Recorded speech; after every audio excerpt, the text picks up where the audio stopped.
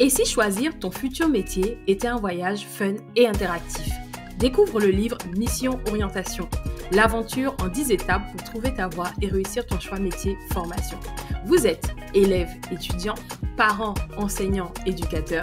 Dans une démarche de reconversion professionnelle, procurez-vous Mission Orientation sur edukia.com/mission orientation, Amazon Monde et dans les librairies de France en Côte d'Ivoire. Embarquement immédiat.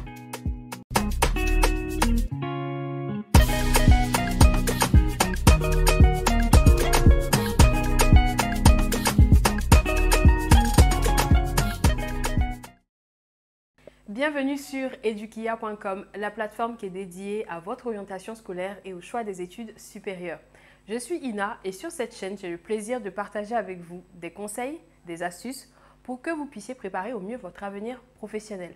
Alors n'hésitez surtout pas, abonnez-vous à la chaîne et activez la cloche de notification, comme ça vous recevez tous nos nouveaux contenus. Et ça tombe bien parce qu'aujourd'hui, on se retrouve pour un nouveau Zoom métier. Et pour ce faire, on a le plaisir d'être en présence de Anissé, qui va nous parler du métier de contrôleur aérien. Vous allez le voir, c'est un métier qui demande de la rigueur, d'être méthodique et aussi, j'ai envie de dire, de supporter l'adrénaline. Donc, je ne vous en dis pas plus et maintenant, je me tourne vers Anissé. Merci beaucoup Anissé d'être avec nous aujourd'hui.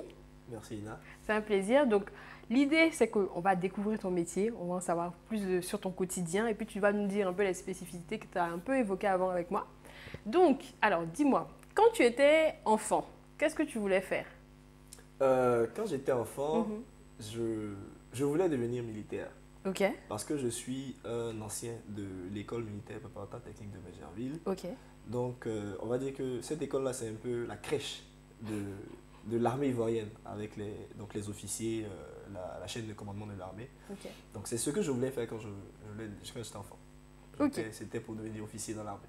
Maintenant, entre ce que tu fais maintenant, donc en tant que contrôleur aérien et on va dire rêve d'enfant, est-ce qu'il y a un lien ou bien toi tu te retrouves là-dedans? Non, aucun lien. Ok, moi c'est clair. Il y a une cassure. Ok. En fait, ce qui s'est passé, c'est que après ta formation, le bac plus 2 ou le bac plus 3, parce que pour être recruté dans l'armée ivoirienne, il faut avoir un niveau bac plus 2. Donc Ok. après le bac plus 2, on passe encore le concours pour entrer à l'école des forces armées. Ok. Et j'ai tenté le concours, ça n'a pas marché. Et donc j'ai dit, ok, là, il faut t'orienter ailleurs. Il y a beaucoup de possibilités dans le civil. Ok. Et c'est comme ça que je me suis retrouvé contrôleur aérien.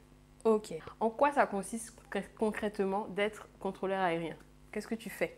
Alors, le contrôleur aérien ou le contrôleur de la circulation aérienne est un professionnel qui a sous sa responsabilité, c'est important parce qu'on va peut-être revenir sur le terme responsabilité, Ok. Un espace aérien donné.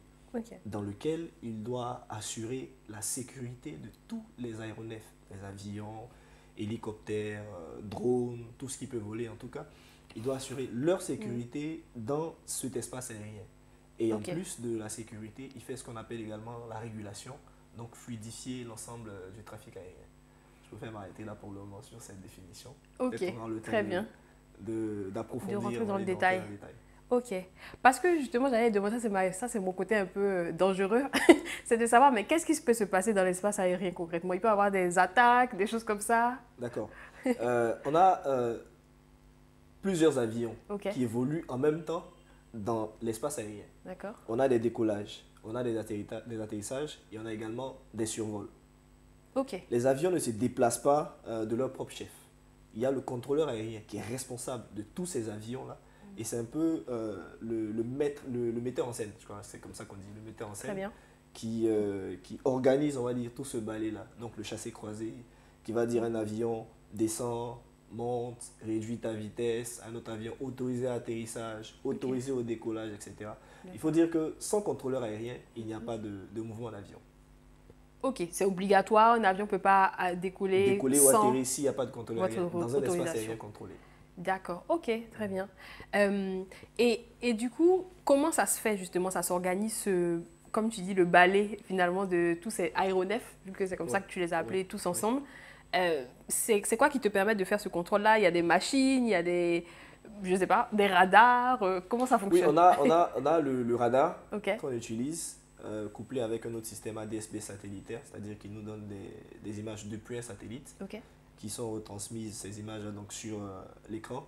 Et c'est à partir de ce qu'on a sur l'écran qu'on fait les séparations des différents avions. Parce que l'objectif, c'est d'éviter que les avions se rapprochent dangereusement, de sorte à justement éviter un crash, un accident. Bien sûr. Donc, deux avions qui volent dans deux directions, dans le même sens, qui vont par exemple dans le même sens. S'il y a un avion qui est plus rapide que le numéro 2, on suppose, est plus rapide que le numéro 1, que celui qui est devant lui, il faut éviter que celui qui est le numéro 2 rattrape le numéro 1. Oui. Donc, on va le guider, on va lui dire peut-être tourne à droite, ou tourne à gauche, ou monte, ou descend, de sorte à éviter. Imagine deux avions qui viennent face à face. Ah oui, Il faut faut mieux éviter éviter ça. également que ces avions-là se rapprochent dangereusement au point d'arriver donc à l'accident ou au crash. C'est ce que le contrôleur aérien fait dans son quotidien. Très bien. Et ça me permet de rebondir sur justement ton quotidien. Donc, on en parlait avant et tu me parlais du fait de monter. Du coup, j'aimais bien l'expression, mais j'aimerais bien aussi savoir qu'est-ce que ça veut dire concrètement. Tu arrives au travail le matin. D'ailleurs, tu arrives à l'aéroport le matin. Ouais. Voilà. Qu'est-ce qui se passe maintenant? Quand tu arrives à l'aéroport, en fait, je disais monter parce que je suis principalement à la tour de contrôle. Okay. Donc, c'est déjà en hauteur, c'est le bâtiment le plus haut au niveau de l'aéroport. Nous sommes au 5e étage, donc à la tour de contrôle. Et quand on arrive, donc, il est conseillé à tous les contrôleurs qui viennent prendre service de venir 30 minutes avant le début de la prise de service. Pourquoi? Parce qu'il faut qu'ils soient au parfum de ce qui se passe en ce moment avant de prendre en main réellement le trafic. Tu ne peux pas venir comme ça tout de suite et prendre le trafic sans savoir ce qui se passe. Donc, tu viens 30 minutes avant, tu observes ce que ton collègue est en train de faire, dans quelles dispositions les avions évoluent déjà, quelles sont les requêtes que les avions ont déjà demandées, ont déjà posées. Et donc, quand tu entres dans le trafic, c'est plus facile pour toi de continuer à gérer de façon plus souple et plus fluide. Très bien. Voilà. Okay. Maintenant, ce qu'on fait, je parlais de sécurité. On sépare les avions les uns des autres, déjà pour assurer la sécurité. Oui. On fait également la régulation. Je parlais de régulation pour fluidifier le trafic. On a un instructeur qui aime le dire souvent quand on est en formation. C'est pas parce qu'on fait la sécurité qu'on va demander à tous les avions d'atterrir en même temps, vider l'espace aérien et demander après à tous les avions de décoller en même temps. Donc il faut organiser tout ça, les décollages, les atterrissages, les avions en croisière, de sorte à ce que tout soit fluide. On ne veut pas, par exemple, vous qui voyagez beaucoup, on ne veut pas vous faire rater peut-être vos avions si vous devez faire des escales et tout, etc. Ouais. Après, le contrôleur donne des informations nécessaires utiles au bon déroulement du vol. Des informations relatives à la météo, des informations relatives au fonctionnement des différents équipements. Les équipements, ils peuvent tomber en panne, mais le contrôleur aérien doit donner donc ces informations au pilote et changer de procédure éventuellement pour continuer de suivre les avions. Et on ne le souhaite pas, mais en cas d'accident, en cas de crash, il doit aider aux opérations de recherche et de sauvetage. Ok, d'accord. Eh bien, en fait, moi j'ai envie de dire 360, mais c'est vraiment, vous avez c'est pour ça qu'on appelle ça contrôleur aérien d'ailleurs, je suppose, le contrôle sur tout ce qui se passe concrètement. Et je voulais souligner aussi les mots. Alors, procédure que tu as dit, voilà, concrètement, je trouve que c'est intéressant que, comme tu as dit, vous arrivez 30 minutes avant. C'est très... déjà, il faut être ponctuel, donc les gens qui ne sont pas ponctuels, là, ça c'est un message pour vous. Déjà, il faut être ponctuel. Ensuite, du coup, gérer un certain nombre de procédures. Et aussi, on avait évoqué le fait que, comme tu m'as dit, il y a des documents que vous pouvez consulter au cas où, qui sont toujours là. Et je voulais aussi lui dire que c'est la même chose un peu pour le pilote, parce que je suis rentrée dans un cockpit et j'ai vu que voilà, il y avait des documents au cas où, comme on dit, ça chauffe, qu'on puisse regarder un peu pour savoir quelle procédure faire à tel moment. Okay. Oui, c'est à peu près comme ce que les pilotes font. Ils ont une checklist qu'ils suivent donc pour évaluer, sinon suivre les différentes étapes du vol. C'est à peu près la même chose pour le contrôleur aérien. En fonction de la phase du vol, il y a une instruction particulière à donner au pilote, à l'atterrissage, au décollage, en croisée, en survol. Et en fonction également des requêtes des pilotes, il y a des instructions à donner par rapport à l'environnement. Parce qu'il ne faut pas oublier qu'il y a d'autres avions qui évoluent également dans l'espace aérien. Donc il y a toutes ces procédures-là qu'il faut suivre, mais il y a toujours un backup en cas d'oubli pour rattraper. Ok, très bien. Ok, donc soyez rassurés, comme moi. Maintenant, j'allais demander, mais du coup, comment s'organise le relais? C'est-à-dire que quand, par exemple, toi, tu pars, il y a des avions qui arrivent en même temps. Donc, il faut que la personne après toi ou avant toi soit là à tout prix. C'est ça. Parce que sinon, Oui, si la relève n'est pas là, s'il est où? Oui, s'il n'est pas ne pars pas là, parce c'est qu'on compliqué. travaille H24, 7 jours sur 7. D'accord. Donc, si la relève, c'est-à-dire le contrôleur qui doit me remplacer dans la nouvelle rotation n'est pas encore arrivé, Ouais. je reste là jusqu'à ce qu'il arrive. Ok. C'est Bon. comme ça. Et du coup, ça allait me permettre... alors, on va peut-être emboîter directement sur peut-être toi ce que tu vois comme inconvénient à ce métier globalement. Peut-être en termes d'équilibre de vie quand même, parce que je pense qu'il faut être très mobilisé, enfin, il faut être présent quoi en fait. J'aime pas trop le terme inconvénient. Ok, très bien. Peut-être on va dire contrainte. C'est ça. Contrainte donc liée au métier du contrôleur aérien. La première contrainte, je parlais tantôt de responsabilité. Oui. À chaque fois que le contrôleur ouvre la bouche pour donner une instruction à un pilote, une clairance, c'est sa responsabilité civile et pénale qui est engagée. Ok. Je vous donne un exemple, il y a eu des accidents ailleurs dans le monde où tout de suite après l'accident, ils sont venus prendre le contrôleur aérien en justice, prison. Ah. Parce que c'est lui, entre guillemets, qui a causé l'accident.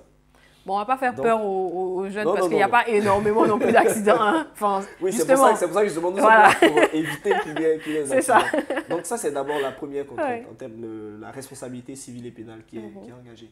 Après, la deuxième contrainte, on marche carrément sur du fil parce qu'on est soumis à ce qu'on appelle la licence. L'Organisation de l'aviation civile internationale nous impose d'obtenir, sinon d'avoir des licences de contrôleur aérien pour pouvoir travailler. Et sur cette licence, il y a la compétence linguistique qu'on doit avoir. L'anglais, c'est la première langue de l'aviation. Il est donc important pour tous les contrôleurs aériens de savoir parler anglais. Très bien. Et c'est testé régulièrement. Il faut, selon l'OACI, donc le niveau 4 pour avoir ta licence de contrôleur aérien. Niveau 4, ça veut dire on a 6 critères. La prononciation, la grammaire, le vocabulaire, la compréhension, le fluency qui est, on va dire, le débit, et puis ta capacité d'interagir avec ton interlocuteur. Et ce que l'OACI demande, c'est d'avoir minimum 4 dans tous ces différents critères-là. 4 sur? Non, c'est 4 sur 6. Okay, 6 qui est le niveau expert et 4 qui est le niveau opérationnel. Ok, très donc clair. De 0 à 6. Et ce qui se passe, c'est que si tu as 5, par exemple, en prononciation, que tu as 3 en compréhension, on prend la note la plus basse, donc ton niveau est 3. Tu peux pas avoir ta licence. À côté de la compétence linguistique, il y a le critère santé, l'aptitude physique qu'il faut avoir.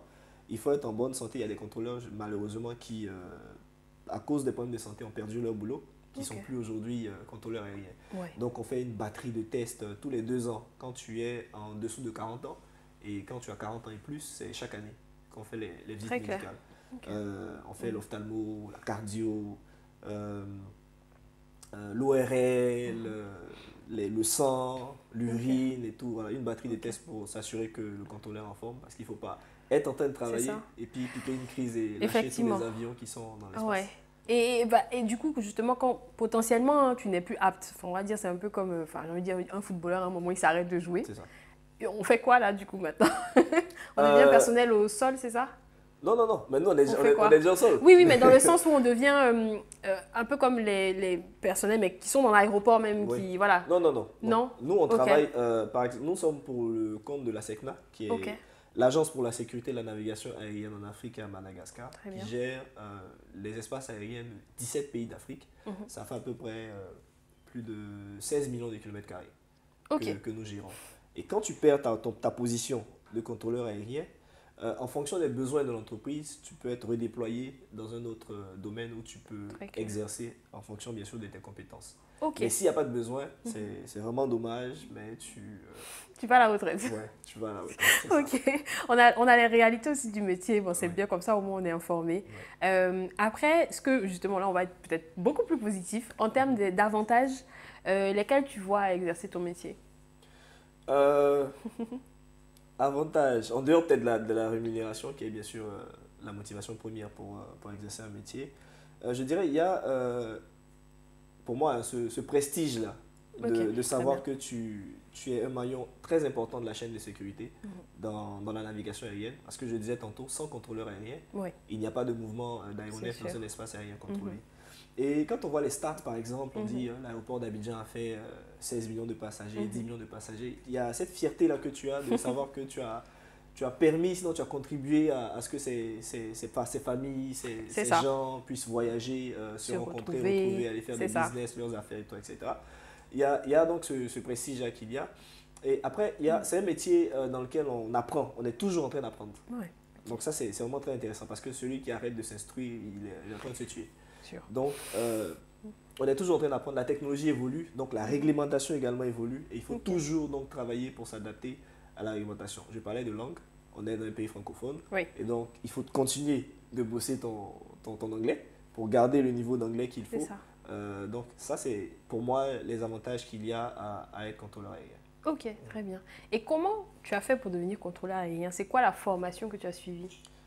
Le contrôleur aérien à la SECNA est recruté niveau Bac+2 scientifique ou technique. D'accord. Ça veut dire qu'il doit avoir d'abord le bac scientifique ou très technique, bien. Genre C, D, F, machin BT. Le Bac+2 scientifique ou technique également, genre maths info, maths physique, DUT en informatique, et tout, etc. Ensuite, il y a un test de sélection que nous passons. Quand les concours sont ouverts, on va passer le concours. Quand tu es admis au concours, tu pars en formation pour à peu près 2 ans. 2 ans, à l'école africaine de la météorologie et de l'aviation civile qui se trouve à Niamey au Niger. Et à MAC? Et à MAC. Oui, nous sommes formés là-bas pendant 2 ans. Et après les 2 ans de formation, quand tu réussis ta formation, tu viens en centre, là où tu es donc demandé, appelé à travailler pour encore à peu près 1 an, 1 an et demi de stage pratique avant de valider ta licence. Donc un contrôleur aérien pour être opérationnel, il lui faut à peu près 3 ans, 3 ans et demi. Ok, en plus des 2 ans que tu as fait avant de Bac+2. Ok, très clair. Ok, d'accord. Donc, profil scientifique, hein, voilà, ça c'est dit. Et ensuite, l'école, alors qui se trouve, donc l'école de la région, on va dire, qui se trouve au Niger. Ok, très clair. Maintenant, on parlait aussi du processus de sélection de cette école, parce que c'est pas, voilà, il y a beaucoup de candidats et comme on dit, peu d'élus, très peu d'élus même, voilà. Donc ça vaut aussi ça vaut aussi le coup, on va dire, de le mentionner.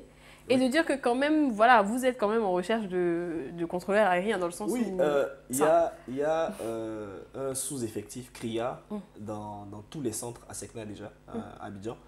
Ça fait 7 ans que je suis contrôleur aérien à Abidjan et nous sommes 38 contrôleurs aériens aujourd'hui. Et l'effectif cible que la direction a demandé, sinon imposé, c'est 54 contrôleurs. Donc nous sommes loin. Vraiment très très loin de l'effectif cible et ça fait plus de 10 ans déjà que les contrôleurs aériens sont sous-effectifs. Mais partout dans le monde, il y a un besoin énorme de contrôleurs aériens. L'OACI par exemple a fait des prévisions de 40 000 contrôleurs aériens par an. D'accord. Donc moi j'ai l'ensemble du trafic aérien mondial. Ok. Et donc ça veut dire que, alors moi je suis par exemple ivoirienne, je peux être contrôleuse aérienne au Sénégal, c'est possible? Oui. D'accord. Parce que le Sénégal fait partie de la SECNA. Ah oui, ça fait partie. Ok, d'accord. 17 pays, je disais, si je peux les citer, Burkina, Mali, Sénégal, Mauritanie, Guinée-Bissau, Guinée équatoriale, Cameroun, Tchad, Centrafrique, Comores, Madagascar, et Côte d'Ivoire, Bénin, Togo, etc. Donc, quand tu es contrôleur aérien pour la SECNA, tu peux travailler dans ces différents pays-là. Mais puisque contrôler l'espace aérien, c'est vraiment… il y va de la sûreté de l'État et la sécurité de l'État parce que tu gères les frontières du pays, etc. Donc en général, les pays préfèrent recruter des nationaux ou des résidents locaux. Donc si tu n'es pas ghanéen, par exemple, tu peux être contrôleur aérien au Ghana. Si tu n'es pas nigérian, tu peux être contrôleur aérien au Nigeria. Mais du coup là, c'est les pays anglophones dont tu donnes l'exemple. Oui, pour dire qu'eux, ils ne sont pas dans la SECNA. Donc pour être contrôleur aérien là-bas. Ben justement, c'est là où j'allais en venir. Si par exemple, moi je suis en Belgique, est-ce que je peux être si je suis ivoirienne, je ne peux pas forcément en fait. Oui. Parce que ça fait partie de la SECNA. Si tu es belge ou que tu es résidente permanente et que la réglementation là-bas en Belgique te permet en tant que résidente de travailler en tant que contrôleur, oui, tu peux être contrôleur en Belgique. Ok, c'est clair. Je t'encourage à être contrôleur en Belgique. Bon, je pense que je me suis déjà orientée vers autre chose, mais on ne sait jamais. Alors maintenant… dis-nous un peu quels sont peut-être les conseils que toi tu donnerais à des jeunes qui veulent choisir la même voie que toi et devenir contrôleur aérien. Une contrôleuse. Parce que voilà, on va féminiser le Il métier. faut féminiser, c'est important. Ouais. Nous sommes à l'ère du féminisme. Il faut déjà, par rapport aux compétences intellectuelles que j'ai citées tantôt, genre le bac plus 2 scientifique ou technique, donc il faut bosser ces sciences. Ok, Même en dehors même du contrôle aérien, si tu veux intégrer les métiers spécifiques de l'aviation, c'est ça. il faut maîtriser quand même les sciences. Donc il faut déjà bosser ces maths physiques et tout, etc. Mhm. En général, les gens ont une mauvaise pensée. Ils disent que quand tu es bon scientifique, tu négliges les langues. Mais il faut continuer de C'est bosser ça. l'anglais On est d'accord. parce que tu auras besoin d'un très bon niveau d'anglais. Mhm. Après, il y a d'autres qualités que tu dois avoir, je vais dire intrinsèques, qui sont par exemple une bonne capacité d'adaptation. Mais D'accord. ça, c'est des choses qu'on peut t'apprendre au fur et à mesure Au fur et à que mesure. que tu es déjà dans le Mhm. métier. Mais il faut aussi prendre soin de son corps parce que faire la fête à tout va un jour. En fait, tu vas faire ta visite médicale et puis Et voilà. voilà, tu tombes sous le coup d'une suspension ou C'est sûr. Ok. d'un arrêt de travail par Et rapport à c'est la bien que licence. tu dis ça parce que on avait reçu Astou aussi au test de l'air qui nous avait dit que justement en termes d'hygiène de vie, dans les métiers de l'aviation, j'ai l'impression globalement, il ne faut Ouais. pas s'amuser. Quoi. Bien Donc sûr. si tu as envie de Bien faire la fête, va vers peut-être un autre métier Ouais, parce que ça ne va qui pas peut être qui peut te donner compatible. peut-être le week-end pour faire la fête. Voilà, exactement. Ah oui, et puis notamment on parlait de ça, mais tu travailles la nuit aussi. Enfin, Oui, voilà, il y a oui. pas de, il y a des rotations. C'est ça, effectivement. Voilà, donc ça aussi c'est important de savoir que bon, c'est à tout moment. Effectivement, on a deux rotations, par Ouais. exemple à Abidjan, Mhm. et on a trois équipes qui se relaient Ok. donc pour ces deux rotations. D'accord. On a la rotation du matin qui fait de 8h à 16h dans l'après-midi, Ok. et la rotation de nuit qui Oui. commence à 16h l'après-midi D'accord. jusqu'à 8h au lendemain. Et donc ces trois équipes se relaient pour assurer le service C'est clair. H24. Ok. Ok. Ce qui veut dire que, par exemple, je me plaignais souvent, je disais à mon chef, ça fait 4 ans que je suis programmé tous les 31 décembre. Je lui disais, on dirait que tu as un problème avec moi parce que tu veux pas que je reste à la maison et tout, faire des choses avec la famille et tout, etc. Donc, il faut avoir aussi peut-être le sens du sacrifice, Ouais. de dire que voilà, c'est mon tour de travail, il faut que j'aille travailler. Mhm. C'est aussi pour ça que ça doit être une vraie passion aussi quelque part. Parce que Ouais, sinon, bien sûr. bah, on a l'impression de sacrifier trop en fait, je pense. Bien sûr. Bien sûr. Ok. Maintenant, alors, on parlait, la question que j'adore, la question de salaire. Ah, c'est mon côté RH. Donc, je voulais savoir, est-ce que, alors, quand on débute, ou plutôt quand on débutait, parce que, bon, comme tu dis, tu as 7 ans d'expérience, il y a plusieurs années. Quand on débute, quelle est la fourchette de salaire à laquelle on peut prétendre? On a un instant T, comme je dis toujours, dans une année A, on va dire. Et donc, il faut être assez, voilà, assez conscient de ça, c'est variable. C'est de savoir c'est quoi la fourchette de salaire. Ah, je sais que les gars vont me tuer. La fourchette de salaire, le contrôleur aérien débutant à la SECNA, bien sûr, puisqu'on reste dans le cadre Ouais. de notre employeur, peut s'attendre, si on doit s'attendre à commencer entre 400 et 500 000. D'accord. Le Ok. contrôleur aérien débutant à la SECNA. Mhm. Mais c'est différent, par exemple, si vous partez au Ghana, le contrôleur aérien là-bas, je crois, il débute avec à peu près 3000 dollars US. Ok. Et ça évolue, bien sûr, et c'est différent, ça change en fonction de ton employeur. En fait, tu vas encourager tous les les gens à aller pays. au Ghana ou à Non, chercher si la les gars- carte de si- résident si- pour aller au si les Ghanais, si les Ghanais qui est intéressé par l'aviation, Ouais. il peut aller. Ce qui veut dire aller aussi que là, travailler moi, au je Ghana. lance un appel personnel.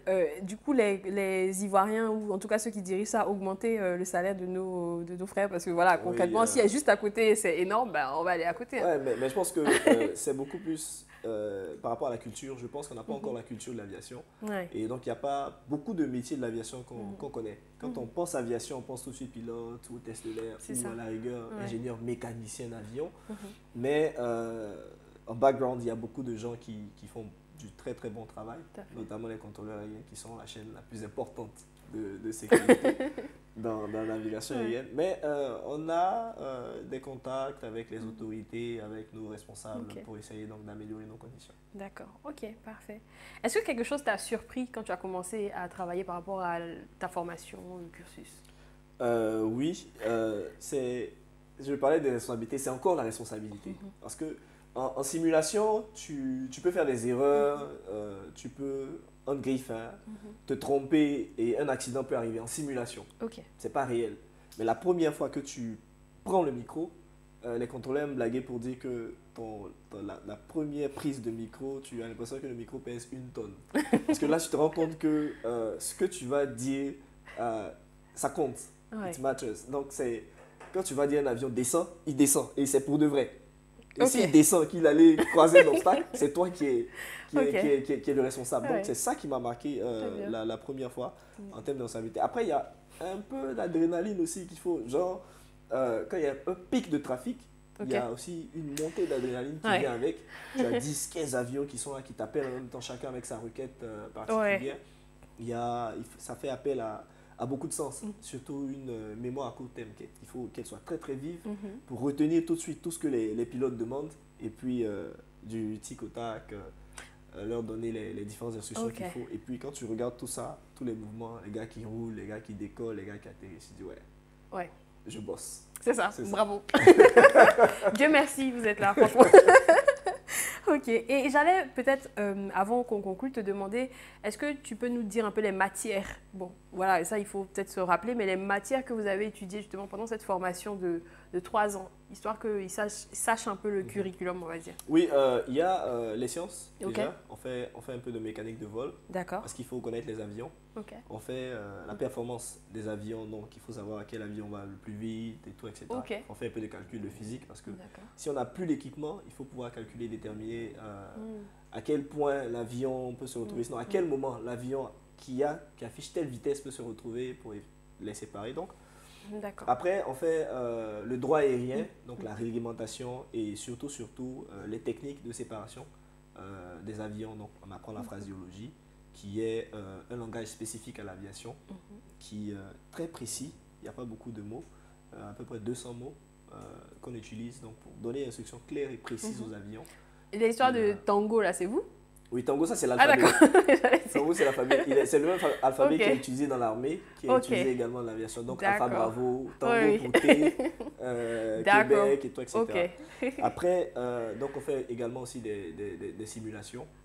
Et donc, voici ce qu'on fait durant ces 3 ans. Mais il y a beaucoup de sciences en tout cas dedans. Ok, très clair. Et alors, ça c'est peut-être plus une information, on va pas dire personnelle, mais le fait qu'on puisse suivre aussi on peut suivre si on a envie, hein, des heures de vol pour être pilote, on va dire, à côté. Enfin, Oui. on l'a évoqué, donc Oui, oui. je me disais que ça pouvait être intéressant parce Oui, que... en fait, ce qui se passe, puisque nous sommes le miroir du pilote, pendant la formation initiale, on a des heures de simulateur de vol. D'accord, ok. Et il y a des écoles qui vont même plus loin, qui font des brevets, sinon des licences de pilote privées Ok. aux contrôleurs aériens. À l'IAMAC, ce n'est pas encore le cas. Donc, il y a des contrôleurs aériens aujourd'hui qui ont des brevets pardon, de pilotes privés. Ok. Et on a même 3 collègues qui aujourd'hui sont devenus pilotes carrément. Ils ont laissé le D'accord. contrôle aérien. Donc voilà, effectivement, Ok. le contrôleur aérien, je vole souvent également avec l'Aéroclub d'Abidjan. Ok. Donc, c'est... C'est même pour ceux C'est qui le ont la même monde. passion, parce que bon, moi je connais des gens qui se seraient rêvés pilotes. Et du coup, c'est pour aussi dire que voilà, à côté peut-être de son travail au quotidien, on peut aller prendre des heures. Effectivement, il y a un certain prix à payer, Oui, bien sûr. mais on peut aller prendre des heures de vol pour Bien sûr. vivre, on va dire, sa passion, quoi. C'est Voilà. ça, effectivement. Et ne pas laisser tomber son petit rêve d'enfant, je voulais être pilote ou je vais faire ça dans l'aviation. C'est ça. Voilà, c'était un peu le petit message. Et puis, alors, en termes d'évolution de carrière, je me demande c'est quoi, par exemple, la prochaine étape, le prochain poste? C'est de, je sais pas, être le manager des gens ou c'est quoi en fait? Oui, déjà, on a 3 positions de Ok. contrôle. D'accord. Il y a la tour de contrôle, il y a l'approche, le contrôle d'approche, et il y a le contrôle régional, le contrôle en route. Donc déjà, en interne, par rapport aux licences, il y a ces possibilités d'évoluer, donc de faire tour de contrôle, contrôle d'approche, contrôle en route. Et à côté de ça, tu peux passer instructeur. Par exemple, moi déjà, je suis instructeur en anglais aéronautique. Je suis également testeur en anglais aéronautique. D'accord. Donc, il y a, tu peux devenir testeur, tu peux devenir instructeur, tu peux devenir pilote de ligne aujourd'hui, parce qu'on a, comme je disais, 3 collègues qui sont pilotes carrément. Et le fait d'être contrôleur aérien te donne une vue très très large sur l'aviation, l'aéronautique en général. Donc, tu peux te redéployer dans à peu près n'importe quel métier de l'aéronautique. Ok. On va souffler à l'oreillette que, en fait, les enfants ou les plus jeunes pouvaient se demander mais comment l'avion en fait va trouver son chemin dans le ciel? Est-ce qu'il y a des routes? Comment ça se passe? Comment on se fait aussi pour calculer les différents, je sais pas moi, les déplacements, etc. Comment vous faites tout ce petit concert, comme on a dit? Effectivement, il y a des routes qui sont tracées dans le ciel à partir d'un équipement qui est posé au sol. Ok. qui émet donc des rayons sur tout azimut, donc sur 360 degrés, qui s'appelle le VOR, VHF Omni Range. Et donc un avion par exemple qui va à l'est, qui va décoller à partir d'Abidjan, va suivre la radiale 0,88 ou 0,80. Et donc c'est ça qui sera sa route, en fonction du rayonnement 360 degrés. Et si on a un autre avion qui vient d'Accra, ou qui est sur la même route, mais en sens opposé, à un moment donné, il y aura croisement. Et il faut éviter donc qu'au moment du croisement, les avions soient à la même altitude. C'est en ce moment que le contrôleur aérien va dire, par exemple, à l'un des avions, tourne à droite de 2 degrés ou de 3 degrés pour éviter un autre avion qui est dans la même direction que toi, à telle vitesse, voici le type d'appareil.